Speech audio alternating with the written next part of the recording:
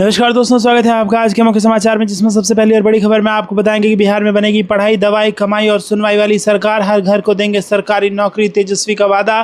खबर में आगे जिक्र होगा कि अमित शाह के बाद मोदी ने भी बढ़ाई नीतीश कुमार की टेंशन। सीएम फेस को लेकर पीएम ने नहीं दिया कोई स्पष्ट संकेत। आगे आपको बताएंगे कि महागठबंधन 28 अक्टूबर को जारी करेगा संयुक्त घोषणा। राहुल और तेजस्वी करेंगे साझा रैली। खबर में आगे जिक्र होगा कि बिहार चुनाव के लिए समाजवादी पार्टी ने जारी की स्टार प्रचारकों की लिस्ट, आजम खान का इसमें नाम। और इसी के साथ खबर में आगे जिक्र होगा कि कुछ लोग खुद को जननायक कह रहे हैं, असली नीतीश कुमार का राहुल गांधी पर करारा हमला। दोस्तों, हर एक खबर की गहराई में आपको ले जाएंगे, लेकिन उससे पहले आपसे निवेदन की वीडियो कीजिए लाइक और चैनल को सब्सक्राइब करके बेल आइकन दबाकर कमेंट में लिखिए जय हिंद। रुक करते हैं सबसे पहली और बड़ी खबर की तरफ। बिहार में बनेगी पढ़ाई, दवाई, कमाई और सुनवाई वाली सरकार। हर घर को देंगे सरकारी नौकरी, तेजस्वी का वादा। जी हाँ दोस्तों, राष्ट्रीय जनता दल नेता और इंडिया गठबंधन की ओर से मुख्यमंत्री पद के उम्मीदवार तेजस्वी यादव ने शुक्रवार को कहा कि अगर जनता उन्हें मौका देती है तो बिहार में अपराध और भ्रष्टाचार मुक्त सरकार बनाएंगे। उन्होंने कहा कि उनकी सरकार पढ़ाई, दवाई, कमाई और सुनवाई वाली सरकार होगी। तेजस्वी यादव ने पत्रकारों से बातचीत में कहा कि मैं आधा सच या झूठ नहीं बोलता, आप सब जानते हैं कि मैं जो कहता हूं वो करता हूं। अगर तेजस्वी मुख्यमंत्री बनेगा तो बिहार की जनता मुख्यमंत्री बनेगी। तेजस्वी ने वादा किया कि उनकी सरकार हर घर में एक व्यक्ति को सरकारी नौकरी देगी और राज्य में कार्यरत संविदा कर्मियों एवं समाज में सक्रिय लोगों को नियमित किया जाएगा। उन्होंने कहा कि उनकी प्राथमिकता शिक्षा, स्वास्थ्य, न्याय और रोजगार होगा। इसी के साथ दोस्तों आपको बता दें कि बिहार में विकास और सुशासन की नई नींव रखी जा सके, इसको लेकर तेजस्वी यादव ने ऐलान किया। रुक करते हैं अगली ब्रेकिंग न्यूज़ की तरफ। अमित शाह के बाद मोदी ने भी बढ़ाई नीतीश कुमार की टेंशन। सीएम फेस को लेकर पीएम ने नहीं किया कोई स्पष्ट संकेत। जी हाँ दोस्तों, समस्तीपुर की धरती से प्रधानमंत्री मोदी ने जैसे ही चुनावी बिगुल फूका, बिहार की सियासत में फिर हलचल मच गई। मंच पर उनके साथ मुख्यमंत्री नीतीश कुमार मौजूद थे। यह दृश्य अपने आप में प्रतीक था कि बीजेपी और जेडीयू तमाम उतार चढ़ाव के बावजूद एक बार फिर सत्ता वापसी के मिशन पर एकजुट है। लेकिन इस एकजुटता की आड़ में छिपा राजनीतिक यथार्थ ये भी है कि इस बार का चुनाव नीतीश कुमार के लिए उतना सहज नहीं है जितना कभी हुआ करता था। इसके साथ प्रधानमंत्री ने अपनी जनसभा में पुराना मंत्र दोहराया, बिहार को जंगल राज से बचाना है, सुशासन को लौटाना है। उन्होंने लालू प्रसाद की पार्टी आरजेडी पर करारा प्रहार करते हुए कहा कि जब रोशनी इतनी है तो क्या हमें लालटेन की ज़रूरत है। ये व्यंग भरा वाक्य बिहार की जनता की स्मृति में पुराने दिनों की याद दिलाने के लिए था, जब भ्रष्टाचार, अपराध और जातीय राजनीति ने राज्य को पीछे धकेल दिया था। रुक करते हैं अगली ब्रेकिंग न्यूज़ तरफ। महागठबंधन 28 अक्टूबर को जारी करेगा संयुक्त घोषणा। राहुल और तेजस्वी करेंगे साझा रैली। जी हाँ दोस्तों, बिहार विधानसभा चुनाव में महागठबंधन का मुख्यमंत्री उम्मीदवार घोषित होने के बाद एक और बड़ी खबर निकलकर सामने आ रही है। चर्चा है कि बिहार चुनाव के लिए महागठबंधन 28 अक्टूबर को पटना में संयुक्त घोषणा पत्र जारी करेगा। घोषणा पत्र को लेकर महागठबंधन के सभी घटक दलों की बनी कमेटी इसे अंतिम रूप देने में लगी है। इसके अलावा खबर है कि लोकसभा में नेता विपक्ष राहुल गांधी और आरजेडी नेता तेजस्वी यादव पहले चरण के मतदान से पहले और उसके बाद दूसरे चरण की सीटों के लिए संयुक्त रैलियों को संबोधित करेंगे। इनके अलावा कांग्रेस अध्यक्ष मल्लिकार्जुन खड़गे और कांग्रेस महासचिव प्रियंका गांधी भी छठ पूजा के बाद 28 अक्टूबर को बिहार विधानसभा चुनाव के लिए अपना प्रचार अभियान शुरू करेंगे। रुक करते हैं अगली ब्रेकिंग न्यूज़। बिहार चुनाव के लिए समाजवादी पार्टी ने जारी की स्टार प्रचारकों की लिस्ट, आजम खान का भी नाम। जी हाँ दोस्तों, समाजवादी पार्टी ने बिहार विधानसभा चुनाव के लिए अपने स्टार प्रचारकों की सूची जारी की। इसमें पार्टी के राष्ट्रीय अध्यक्ष अखिलेश यादव के अलावा राष्ट्रीय महासचिव आजम खान का नाम भी शामिल है। समाजवादी पार्टी ने अपने 20 प्रमुख नेताओं को स्टार प्रचारकों की सूची में रखा है। इसमें सांसद डिम्पल यादव, इकरा हसन और प्रिया सरोज का नाम भी है। इसके अलावा मुख्तार अंसारी के भाई अफजाल अंसारी को भी सपा ने स्टार प्रचारक बनाया है। अन्य स्टार प्रचारकों में राष्ट्रीय उपाध्यक्ष किरणमय नंदा, सांसद अवधेश प्रसाद, बाबू सिंह कुशवाहा, नरेश उत्तम पटेल, रमाशंकर विद्यार्थी राजभर, लालजी वर्मा, छोटेलाल खरवार, राजीव राय, सनातन पांडे, लक्ष्मीकांत उर्फ पप्पू निषाद, विधायक तेज प्रताप सिंह यादव और ओम प्रकाश सिंह का नाम शामिल है। सपा के सांस्कृतिक प्रकोष्ठ अध्यक्ष और सांस्कृतिक प्रकोष्ठ प्रदेश अध्यक्ष भी स्टार प्रचारकों की सूची में है। रुक करते हैं अगली ब्रेकिंग न्यूज़ तरफ। कुछ लोग खुद को जननायक कह रहे हैं, नीतीश कुमार का राहुल गांधी पर करारा हमला। जी हाँ दोस्तों, प्रधानमंत्री नरेंद्र मोदी बिहार दौरे पर थे और पीएम मोदी ने बिहार के मुख्यमंत्री नीतीश कुमार के साथ समस्तीपुर के कर्पूरी ग्राम पहुंचकर भारत रत्न और जननायक कर्पूरी ठाकुर को श्रद्धांजलि अर्पित की। इसके बाद नीतीश कुमार ने कहा कि राजनीति में शुचिता एवं सादगी के प्रतीक और सामाजिक न्याय के लिए अभूतपूर्व प्रयास करने वाले कर्पूरी ठाकुर जी हम सबके प्रेरणा स्रोत हैं। नीतीश कुमार ने कहा कि हम लोग उनके आदर्शों पर चल रहे हैं और उनके सपनों को पूरा करने के लिए काम कर रहे हैं। रुक करते हैं अगली ब्रेकिंग न्यूज़ की तरफ। बिहार विधानसभा चुनाव, तेजस्वी यादव ने एनडीए को घेरा, कहा बिहार को नंबर 1 बनाना हमारा लक्ष्य। जी हाँ दोस्तों, बिहार चुनाव को लेकर महागठबंधन में मुख्यमंत्री उम्मीदवार बनने के बाद आरजेडी नेता तेजस्वी यादव शुक्रवार को चुनावी प्रचार से निकल गए। पटना से निकलने के पहले उन्होंने कहा कि बिहार को नंबर 1 राज्य बनाना उनका लक्ष्य है। इस दौरान उन्होंने एनडीए पर भी निशाना साधा। उन्होंने पटना में मीडिया से बातचीत में कहा कि मैं जो कहता हूं उसे पूरा करता हूं, झूठे वादे नहीं करता और ना ही कच्ची बात करता। मैं जुबान का पक्का हूं, जो कहा वो करूंगा, जो करूंगा वो कहूंगा। उन्होंने कहा कि बिहार को नंबर 1 बनाना हमारा लक्ष्य है। उन्होंने दावे के साथ कहा कि तेजस्वी बिहार का मुख्यमंत्री बनेगा तो बिहार की 14 करोड़ जनता को सीएम बनाऊंगा, यानी चिंता मुक्त बनाऊंगा और हमारी सरकार पढ़ाई, दवाई, कमाई और सुनवाई वाली होगी। रुक करते हैं अगली ब्रेकिंग न्यूज़ की तरफ। बिहार विधानसभा चुनाव में कांग्रेस ने पीएम मोदी पर दागे कई सवाल। क्या पीएम आज उस ऐतिहासिक गलती के लिए माफ़ी मांगेंगे? जी हाँ दोस्तों, बिहार विधानसभा चुनाव के प्रचार में प्रधानमंत्री नरेंद्र मोदी कूद गए हैं। पीएम मोदी ने बिहार में अपने चुनावी अभियान की शुरुआत समस्तीपुर में स्थित कर्पूरी ग्राम से किया, जो भारत रत्न कर्पूरी ठाकुर की जन्मस्थली भी है। और उनके इस दौरे से पहले ही कांग्रेस ने पीएम मोदी से सवाल पूछे हैं। कांग्रेस ने कहा कि उन्हें ये बताना चाहिए कि पिछड़ों, अति पिछड़ों, दलितों और आदिवासियों के लिए 65% आरक्षण के प्रावधान को संविधान की 9वीं अनुसूची में क्यों नहीं डाला गया। कांग्रेस महासचिव जयराम रमेश ने एक्स पर पोस्ट किया कि प्रधानमंत्री आज कर्पूरी ठाकुर जी के गांव जा रहे हैं, उनके लिए 3 सीधे सवाल हैं। उन्होंने कहा कि कर्पूरी ठाकुर जी ने 1978 में पिछड़ों का 26% आरक्षण देकर सामाजिक न्याय की ऐतिहासिक नींव रखी थी।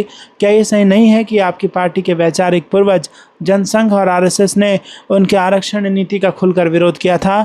क्या उस समय जनसंघ आरएसएस ने सड़कों पर कर्पूरी ठाकुर जी के खिलाफ अपमानजनक और घृणा से भरे नारे नहीं लगाए थे? रुक करते हैं अगली ब्रेकिंग न्यूज़ की तरफ। जम्मू कश्मीर में नेशनल कॉन्फ्रेंस ने राज्यसभा की 3 सीट जीती, चौथी सीट बीजेपी के खाते में। जहाँ दोस्तों, जम्मू कश्मीर में हुए राज्यसभा चुनाव के नतीजे घोषित हो चुके हैं।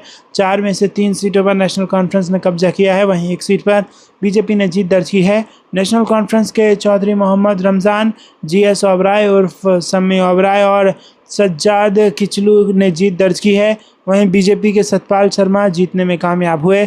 इससे पहले नेशनल कॉन्फ्रेंस और पीडीपी ने गुरुवार को अपने अपने विधायकों को सत्तारूढ़ पार्टी के उम्मीदवारों के पक्ष में मतदान करने के लिए उनकी उपस्थिति सुनिश्चित करने के मकसद से 3 लाइन के व्हिप जारी किए थे। पीडीपी और कांग्रेस दोनों ने सत्तारूढ़ नेशनल कॉन्फ्रेंस को अपना समर्थन देने की घोषणा की। रुक करते हैं अगली ब्रेकिंग न्यूज़ की तरफ। पूर्व सीएम अशोक गहलोत ने बिहार में चलाया जादू, 24 घंटे में बदल दिया पासा। कैसे बने कांग्रेस के संकट मोचक? आपको बता दें कि राजस्थान के पूर्व मुख्यमंत्री अशोक गहलोत ने एक बार फिर साबित कर दिया कि वो कांग्रेस के लिए किसी संकट मोचक से कम नहीं है। बिहार में महागठबंधन की एकता को लेकर उठ रहे सवालों के बीच गहलोत ने अपनी कूटनीतिक चालों से 24 घंटे से भी कम समय में स्थिति को संभाल लिया। उनकी सादगी और मृदुभाषी स्वभाव के पीछे छिपा है गहरा रणनीतिक दिमाग, जो राजनीतिक संकटों को सुलझाने में माहिर है। बिहार में महागठबंधन के नेताओं के बीच तनाव को कम करने और एकजुटता का संदेश देने में गहलोत की भूमिका ने एक बार फिर उनकी राजनीतिक सूझबूझ को दिखाया है। दरअसल बिहार में महागठबंधन की एकता को लेकर हाल के दिनों में कई तरह की अटकलें चल रही थी। राजद, कांग्रेस और अन्य सहयोगी दलों के बीच समन्वय की कमी की खबरें सामने आ रही थी। ऐसे में कांग्रेस आलाकमान ने इस स्थिति को सुलझाने की जिम्मेदारी अशोक गहलोत को सौंपी। दोस्तों, रुक करते हैं अगली ब्रेकिंग न्यूज़ की तरफ। राहुल गांधी की तर्ज पर आदित्य ठाकरे करेंगे वोट चोरी का खुलासा, 27 को वर्ली में होगी जनसभा। जहां दोस्तों, महाराष्ट्र की राजनीति में एक बार फिर हलचल मचने वाली है। शिवसेना नेता और विधायक आदित्य ठाकरे आगामी सोमवार को वोट चोरी को लेकर बड़ा खुलासा करने वाले हैं। शिवसेना सांसद संजय राउत ने शुक्रवार को पत्रकारों से बातचीत में कहा कि वोट चोरी का ये खुलासा राहुल गांधी की तर्ज पर किया जाएगा, जिन्होंने हाल ही में मतदाता सूची में गड़बड़ी और धांधली को लेकर चुनाव आयोग पर सवाल उठाए थे। सोमवार को ही उद्धव गुट वर्ली में एक जनसभा का आयोजन कर रहा है। मुंबई महानगर पालिका चुनाव से पहले उद्धव गुट की इस सभा को एक ट्रेलर माना जा रहा है। राउत ने दावा किया कि बीएमसी चुनाव से पहले सत्ताधारी पक्ष की ओर से वोट कटिंग और फर्जी नाम जोड़ने का खेल खेला जा रहा है। राउत ने कहा कि ये लोकतंत्र पर हमला है और मुंबईकरों के वोट अधिकार को कमज़ोर करने की साजिश है। उन्होंने कहा कि जिस तरह से कांग्रेस सांसद राहुल गांधी ने पूरी तैयारी के साथ कई राज्यों में चल रही वोट चोरी का पर्दाफाश सिलसिलेवार सबूतों के साथ किया था, उसी तरह से आदित्य ठाकरे भी उनके विधानसभा क्षेत्र वर्ली समेत मुंबई के अन्य क्षेत्रों में हुई वोट चोरी का पर्दाफाश करेंगे। राउत ने कहा कि चुनाव आयोग के साथ साथ भाजपा और उसके सहयोगी दलों को आदित्य ठाकरे के वोट चोरी के खुलासे को ध्यान से देखना चाहिए। आपको क्या कुछ लगता है दोस्तों, कमेंट में जरूर बताइए। वीडियो को लाइक नहीं किया तो लाइक जरूर कीजिएगा। रुक करते हैं अगली ब्रेकिंग न्यूज की तरफ। महागठबंधन का सीएम फेस घोषित होते ही तेजस्वी का ऐलान, चुनाव के बाद जेडीयू हो जाएगी साफ। जी हाँ दोस्तों, यहाँ पर आपको बता दें कि बिहार विधानसभा चुनाव में महागठबंधन के मुख्यमंत्री के चेहरा घोषित होने के बाद तेजस्वी यादव ने गुरुवार को कहा कि हम लोग सरकार बनाने या मुख्यमंत्री बनने के लिए नहीं बल्कि बिहार बनाने के लिए एकजुट हुए हैं। उन्होंने दावा किया कि इस चुनाव के बाद जेडीयू साफ हो जाएगी। तेजस्वी यादव ने महागठबंधन के संयुक्त प्रेस वार्ता में महागठबंधन के सभी सहयोगी दलों के नेताओं को धन्यवाद देते हुए कहा कि सभी ने उन पर एक बार फिर से विश्वास जताया है। उन्होंने सहयोगी दलों को भरोसा देते हुए कहा कि सभी लोगों के विश्वास पर वो खड़ा उतरने की कोशिश करेंगे और सभी लोग मिलकर 20 साल की निकम्मी सरकार को उखाड़ फेंकने का काम करेंगे।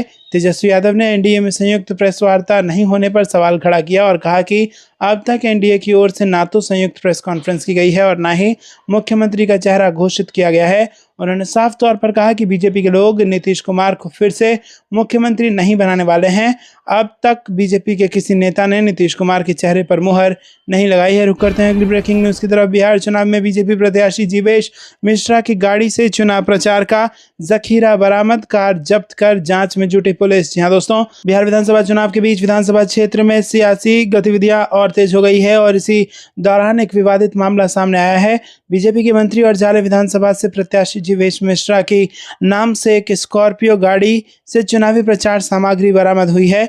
खबरों के मुताबिक मस्का बाजार के पास धनकौल मार्ग पर स्थानीय लोगों ने गाड़ी को रोककर जांच की। गाड़ी से बीजेपी चिन्ह वाली घड़ियां, पैम्पलेट और अन्य प्रचार सामग्री बरामद हुई।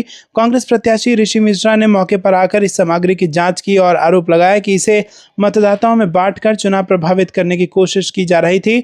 इस घटना की सूचना मिलने के बाद जाले पुलिस मौके पर पहुंची और गाड़ी को जब्त कर थाने ले गई। पुलिस ने बरामद सामग्री की जांच शुरू कर दी है और चुनावी नियमों का उल्लंघन हुआ या नहीं इसका पता लगाया जा रहा है। रुक करते हैं अगली ब्रेकिंग न्यूज की तरफ। महागठबंधन की सरकार बनेगी, शराब तस्करी होगी बंद, अजय राय ने एनडीए सरकार पर साधा निशाना। जी हाँ दोस्तों, आपको बता दें कि उत्तर प्रदेश कांग्रेस अध्यक्ष अजय राय ने बिहार विधानसभा चुनाव में तेजस्वी यादव को महागठबंधन का मुख्यमंत्री उम्मीदवार बनाए जाने का समर्थन किया है। साथ ही उन्होंने दावा किया कि बिहार में महागठबंधन की सरकार बनने जा रही है।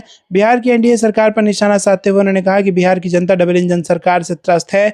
शराब पर प्रतिबंध के बावजूद वहां खुलेआम शराब बिक रही है। सत्ता पक्ष और पुलिस शराब तस्करी में शामिल हैं, जिससे सत्ता पक्ष पैसा कमा रहा है। समाचार एजेंसी से बातचीत में उन्होंने दावा किया कि महागठबंधन की सरकार बनने पर इस मुद्दे की गहन समीक्षा की जाएगी और कहा कि हमारी सरकार बिहार के हित में फैसले लेगी। मैं गारंटी देता हूं कि हमारी सरकार में शराब तस्करी नहीं होगी। गुजरात में शराबबंदी है लेकिन वहां भी तस्करी होती है। हम बिहार में ऐसा मॉडल लागू करेंगे जो तस्करी को पूरी तरह से रोकेगा। रुक करते हैं अगली ब्रेकिंग न्यूज की तरफ। वायनाड के आदिवासी छात्रों को जिले के भीतर ही सुरक्षित स्कूल में स्थानांतरित किया जाए, प्रियंका गांधी ने लिखा पत्र। जी हाँ दोस्तों, कांग्रेस महासचिव प्रियंका गांधी ने बृहस्पतिवार को केरल के मंत्री OR केलू से आग्रह किया कि वायनाड के एक सरकारी स्कूल के आदिवासी छात्रों को जिले के भीतर ही किसी सुरक्षित संस्था में स्थानांतरित किया जाए। उनका कहना है कि यह स्कूल आदिवासी छात्रों के लिए उपयुक्त नहीं है। वायनाड से कांग्रेस सांसद ने राज्य के अनुसूचित जाति, अनुसूचित जनजाति और पिछड़ा वर्ग कल्याण मंत्री केलू से छात्रों को पड़ोसी जिले कन्नूर के एक स्कूल में स्थानांतरित करने के फैसले पर पुनर्विचार करने को कहा। प्रियंका गांधी ने दावा किया कि सरकार के इस फैसले से कई छात्र स्कूल छोड़ सकते हैं क्योंकि उनके परिवारों के पास उनसे मिलने कन्नूर आने के लिए संसाधन नहीं है। रुक करते हैं अगली ब्रेकिंग न्यूज की तरफ। भाजपा पर जमकर बरसे अखिलेश यादव, बोले सरकार की नाक के नीचे सिरप की आपूर्ति हो रही है, मंत्रालय चुप क्यों। जी हाँ दोस्तों, सपा प्रमुख अखिलेश यादव ने भाजपा पर तंज कसा। उन्होंने एक्स पर लिखा कि सरकार की नाक के नीचे जानलेवा सिरप की आपूर्ति अस्पतालों, जेलों और घरों तक में हो रही है, लेकिन स्वास्थ्य मंत्रालय चुप्पी साधे बैठा है। इस मौन के कारण किसको क्या लाभ मिल रहा है और किसकी इस घुट्टी के घोटाले में संलिप्तता है, इसकी तत्काल जांच होनी चाहिए। कहीं ऐसा तो नहीं कि कोई सत्ता से नजदीकी संबंधों का नाजायज फायदा उठाकर ऐसी नकली सिरप की आपूर्ति कर रहा है। अखिलेश यादव ने कहा कि भाजपा का भ्रष्टाचार अब लोगों के जीवन तक से खिलवाड़ कर रहा है, जिसका भी इस सिरप घोटाले से मुनाफाखोरी का रिश्ता है वो उजागर हो और दंडात्मक निष्कासन भी हो। भाजपा सरकार में हर विभाग में भ्रष्टाचार का जो पहाड़ खड़ा हो रहा है उसका मूल कारण वसूली करने वाले नहीं बल्कि वो मुख्य सत्ताधारी लोग हैं जो वसूली करवा रहे हैं, क्योंकि उनकी आपस की लड़ाई बहुत बड़ी है और पद की प्रधान महत्वाकांक्षा भी। रुक करते हैं अगली ब्रेकिंग न्यूज़ की तरफ। तेजस्वी यादव होंगे महागठबंधन का सीएम चेहरा, अशोक गहलोत ने की घोषणा। जी हाँ दोस्तों, बिहार चुनाव के पहले चरण से पहले सीटों के बंटवारे को लेकर सारी मतभेदों के बीच महागठबंधन ने साझा प्रेस कॉन्फ्रेंस की है। राजस्थान के पूर्व मुख्यमंत्री और कांग्रेस के वरिष्ठ नेता अशोक गहलोत ने प्रेस कॉन्फ्रेंस में कहा कि यहाँ बैठे हम सभी ने फैसला किया है कि इन चुनावों में हम तेजस्वी यादव को सीएम चेहरे के रूप में समर्थन करते हैं। अशोक गहलोत ने महागठबंधन के डिप्टी सीएम चेहरे के रूप में वीआईपी प्रमुख मुकेश साहनी के नाम की घोषणा की। पूर्व सीएम ने कहा कि हम अमित शाह जी और उनकी पार्टी के अध्यक्ष से पूछना चाहते हैं कि आपके गठबंधन का सीएम चेहरा कौन है। यह हमारी मांग है, क्योंकि हमने देखा कि चुनाव तत्कालीन सीएम एकनाथ शिंदे के नेतृत्व में लड़ा गया था, लेकिन बाद में हमें पता चला कि किसी और को मुख्यमंत्री चुना गया था। रुक करते हैं अगली ब्रेकिंग न्यूज़ की तरफ। बच के रहना रे बाबा, आसियान सम्मेलन में पीएम मोदी के मलेशिया नहीं जाने पर कांग्रेस का तंज। जी हाँ दोस्तों, कांग्रेस महासचिव जयराम रमेश ने प्रधानमंत्री मोदी पर मलेशिया के कुआलालंपुर में आयोजित होने वाले 47वें आसियान शिखर सम्मेलन में हिस्सा लेने के लिए वहां नहीं जाने पर तंज कसा। जयराम रमेश ने अपने सोशल मीडिया पोस्ट में तंज कसते हुए कहा कि प्रधानमंत्री का यह फैसला उन्हें कई वैश्विक नेताओं से मिलने और खुद को अंतर्राष्ट्रीय मंच पर पेश करने के मौके से वंचित कर देगा। इसी के साथ जयराम रमेश ने लिखा कि पहले कई अटकलें थी कि प्रधानमंत्री सम्मेलन में जाएंगे या नहीं, लेकिन अब साफ हो गया है कि वो नहीं जाएंगे। उन्होंने कहा कि वो राष्ट्रपति ट्रंप के सामने खड़े होकर बातचीत करने से बचना चाह रहे हैं। रमेश ने यह भी दावा किया कि इसी कारण प्रधानमंत्री ने कुछ हफ्ते पहले मिस्र में बुलाए गए गाजा शांति शिखर सम्मेलन का निमंत्रण ठुकरा दिया था। रुक करते हैं अगली ब्रेकिंग न्यूज़ की तरफ। सपा कार्यालय के बाहर लगा नया पोस्टर, साइकिल छोड़ ट्रेन में सवार हुए अखिलेश, पीडीए का नया मतलब भी बताया। जी हाँ दोस्तों, समाजवादी पार्टी विधानसभा चुनाव 2027 के मोड में आ चुकी है। पार्टी कार्यालय के बाहर लगा एक पोस्टर इसकी तरफ इशारा कर रहा है और इस होर्डिंग में लिखा है कि फिर से चलेगी समृद्धि की बयार, जब 2027 में आएगी प्रबल इंजन की सरकार। होर्डिंग में इंजन के साथ ट्रेन नजर आ रही है। इंजन में अखिलेश यादव सवार हैं, जिसमें लिखा है कि समाजवादी पार्टी एक इंजन मजबूत इंजन। वहीं ट्रेन में 7 डिब्बे लगाए गए हैं और इन डिब्बों में 7 अलग अलग वादे भी किए गए हैं, जिसमें पहला वादा है मजबूत इंफ्रास्ट्रक्चर, दूसरा डायल 100 सेवा, तीसरा आगरा लखनऊ एक्सप्रेसवे, चौथा लखनऊ मेट्रो, पांचवा समाजवादी पेंशन योजना, छठा कन्या विधा धन शादी अनुदान और इसी के साथ 7वां है लैपटॉप योजना। पोस्टर में बनी ट्रेन का पिछला स्टेशन लोकसभा 2022 और अगला स्टेशन विधानसभा 2027 दिखाया गया है। होर्डिंग में पीडीए का नया मतलब भी बताया गया है और अब तक इसका मतलब पिछड़ा, दलित और अल्पसंख्यक कहा जाता था, लेकिन अब इसका मतलब प्रगतिशील, दूरदर्शी और अमन पसंद बताया गया है। रुक करते हैं अगली ब्रेकिंग न्यूज़ की तरफ। तेजस्वी की परछाई भी गलत करेगी तो सजा मिलेगी, तेजस्वी यादव का बड़ा बयान, बोले 20 महीने दीजिए बिहार बदल दूंगा। जी हाँ दोस्तों, यहाँ पर बिहार की सियासत में जैसे जैसे चुनावी तापमान बढ़ रहा है वैसे वैसे नेताओं की भाषा और लहजा दोनों गर्म होते जा रहे हैं। पहले चरण के मतदान के 14 दिन पहले महागठबंधन ने तेजस्वी यादव को मुख्यमंत्री और उप मुख्यमंत्री फेस के लिए मुकेश साहनी के नाम की घोषणा कर दी है। तेजस्वी यादव ने अपने प्रेस कॉन्फ्रेंस में सियासी हमला, जनवाद और भविष्य का विजन तीनों को एक साथ परोसा, जहां उन्होंने खुद की ईमानदार छवि को आगे रखा और वहीं एनडीए पर नकलची सरकार और थकी हुई सत्ता का ठप्पा जड़ दिया। तेजस्वी यादव ने कहा कि अगर बिहार की जनता उन्हें सिर्फ 20 महीने का मौका दे तो वो सब करके दिखाएंगे जो एनडीए की सरकार 20 सालों में नहीं कर पाई। उन्होंने वादा किया कि गैस सिलेंडर 500 रुपये में मिलेगा, महिलाओं को आर्थिक सहयोग देने वाली योजनाएं बिना रिश्वत के लागू होंगी और भ्रष्टाचार पर जीरो टॉलरेंस होगा। उन्होंने साफ कहा कि तेजस्वी की परछाई भी गलत काम करेगी तो उसको भी सजा दिलाऊंगा। अपने बयान में तेजस्वी यादव ने भ्रष्टाचार और अपराध के मुद्दे पर खुद को कठोर नेता के रूप में पेश किया। उन्होंने कहा कि बिहार में कानून व्यवस्था की स्थिति बिगड़ चुकी है। कोई ऐसा दिन नहीं जब 200 राउंड गोलियां नहीं चलती हों। अपराध बढ़ रहा है, लेकिन करप्शन और अपराध पर मैं कभी समझौता नहीं करूंगा। मेरी परछाई भी गलत काम करेगी तो उसे भी सजा दिलाने का काम करूंगा। तेजस्वी ने खुद को एक ईमानदार, निर्णायक और जनहित केंद्रित नेता के रूप में पेश करने की कोशिश की। आपको यह कुछ लगता है दोस्तों कमेंट में जरूर बताइए। वीडियो को लाइक नहीं किया तो लाइक जरूर कीजिएगा। रुक करते हैं अगली ब्रेकिंग न्यूज की तरफ। पप्पू यादव का बड़ा बयान, नीतीश कुमार चाहें तो कांग्रेस में उनका सम्मान और स्वागत दोनों होगा। जी हाँ दोस्तों, बिहार विधानसभा चुनाव 2025 के प्रचार अभियान ने अब पूरी रफ्तार पकड़ ली है। नामांकन प्रक्रिया समाप्त होते ही सियासी बयानबाजी और जोड़ तोड़ का दौर तेज हो गया है। इसी बीच पूर्णिया के निर्दलीय सांसद पप्पू यादव ने एक ऐसा बयान दिया है जिसने राजनीतिक हलचल को और बढ़ा दी है। पटना एयरपोर्ट पर मीडिया से बात करते हुए पप्पू यादव ने कहा कि अगर नीतीश कुमार चाहें तो कांग्रेस पार्टी उनका सम्मान भी करेगी और स्वागत भी। कांग्रेस के दरवाजे हमेशा खुले हैं। उनके इस बयान ने सियासी गलियारे में नई चर्चा छेड़ दी है, क्योंकि बिहार की राजनीति में नीतीश कुमार का रुख अक्सर गठबंधन समीकरणों को प्रभावित करता रहा है। जब पत्रकारों ने उनसे पूछा कि क्या चुनाव आयोग के बाद नीतीश कुमार दोबारा मुख्यमंत्री बनेंगे, तो पप्पू यादव ने स्पष्ट शब्दों में कहा, बिल्कुल नहीं, भाजपा उन्हें सम्मान नहीं देगी। भाजपा की राजनीति में अब नीतीश कुमार के लिए कोई जगह नहीं बची है। उन्होंने तंज कसते हुए कहा कि भाजपा नेतृत्व सिर्फ सत्ता की राजनीति कर रहा है, जबकि कांग्रेस में अब भी सहयोग और सम्मान की भावना बाकी है।